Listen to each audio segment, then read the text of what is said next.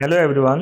इस सेक्शन में हम बात करने वाले अबाउट द लैंग्वेज। लैंग्वेज क्या होता है, लेकिन लैंग्वेज को समझने से पहले हम एक बार लैंग्वेज का इंपॉर्टेंस देखना चाहेंगे। उसके बाद हम लैंग्वेज का डेफिनेशन डिस्कस करेंगे। हालांकि ये टॉपिक आपके लिए ऑलरेडी नॉन है, लेकिन फिर भी हम इसको जस्ट टेक्निकल टर्मिनोलॉजी से रिलेट करके देखते हैं।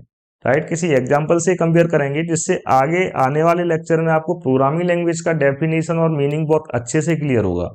राइट, अगर आप प्रोग्रामिंग लैंग्वेज का पर्पज समझना चाहते हो तो आपके लिए पहले लैंग्वेज समझना जरूरी है। लैंग्वेज को हम एक एनालॉजी के माध्यम से समझते हैं। सपोज एज अ पर्सन हम इंडिया से बिलोंग कर रहे हैं। सेम केस में एक और सिटी एज्यूम करते हैं, समथिंग अमेरिका। अमेरिका के अंदर कोई स्मॉल प्लेस है जहां पर सोने का रेट काफी सस्ता है, फॉर एग्जांपल 1 रुपी पर केजी। तो जस्ट हम इंडिया से बैठकर सोने को परचेज करने में इंटरेस्टेड हैं, लेकिन जो भी बायर पर्सन है जो इंडिया से बिलोंग कर रहा है उसके लिए नॉन लैंग्वेज क्या है? हिंदी। सेम टाइम पर जो पर्सन अमेरिका में उस सोने को सेल कर रहा है उसके लिए नॉन लैंग्वेज कौन सा? इंग्लिश। क्या इन दोनों पर्सन के बीच में डायरेक्ट कम्युनिकेशन पॉसिबल है? नहीं, क्योंकि डायरेक्ट कम्युनिकेशन के लिए दोनों ही व्यक्तियों के बीच में, टू पर्सन के बीच में एक कॉमन मीडियम होना चाहिए। लेकिन यहाँ पर एक कॉमन मीडियम है डिफरेंट डिफरेंट डिफरेंट डिफरेंट।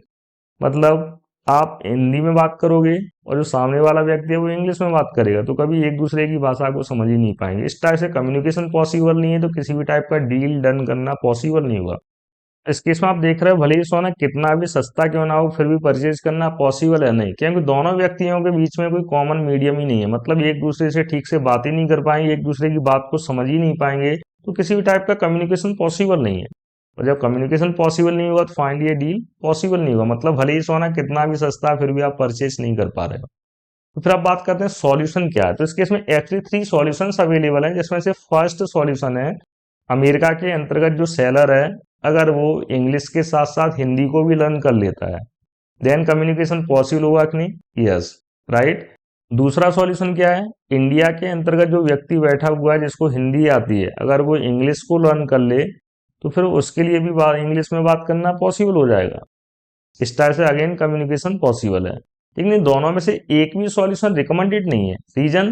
क्योंकि 2 मिनट का डील करने के लिए कोई भी व्यक्ति नया लैंग्वेज क्यों लर्न करेगा? मान लो सोना सस्ता है इसलिए हम लर्न कर भी लेते हैं, लेकिन उसके इसमें प्रॉब्लम क्या है? जब तक आप लर्न करोगे तब तक तो सोना ही सोल्ड आउट हो जाएगा। फिर सॉल्यूशन क्या है? तीसरा सॉल्यूशन बचता है ट्रांसलेटर। राइट, अगर आप किसी ऐसे व्यक्ति को हायर कर लेते हैं जिसको हिंदी और इंग्लिश दोनों लैंग्वेज का नॉलेज है, तो उस थर्ड पर्सन ट्रांसलेटर के हेल्प से कम्युनिकेशन करना पॉसिबल है कि नहीं? Yes, possible. जब कम्युनिकेशन पॉसिबल है तो फाइनली इस डील को डन करना पॉसिबल होगा। आगे हम नेक्स्ट लेक्चर में इसी टर्मिनोलॉजी को प्रोग्रामिंग लैंग्वेज से रिलेट करेंगे। राइट, जिससे आपको एग्जैक्टली प्रोग्रामिंग लैंग्वेज का प्रॉपर इंपोर्टेंस समझ में आएगा। एक्चुअली प्रोग्रामिंग लैंग्वेज होते क्या है, इनको इंट्रोड्यूस करने का रीजन क्या है, प्लस उनके टाइप्स क्या हैं।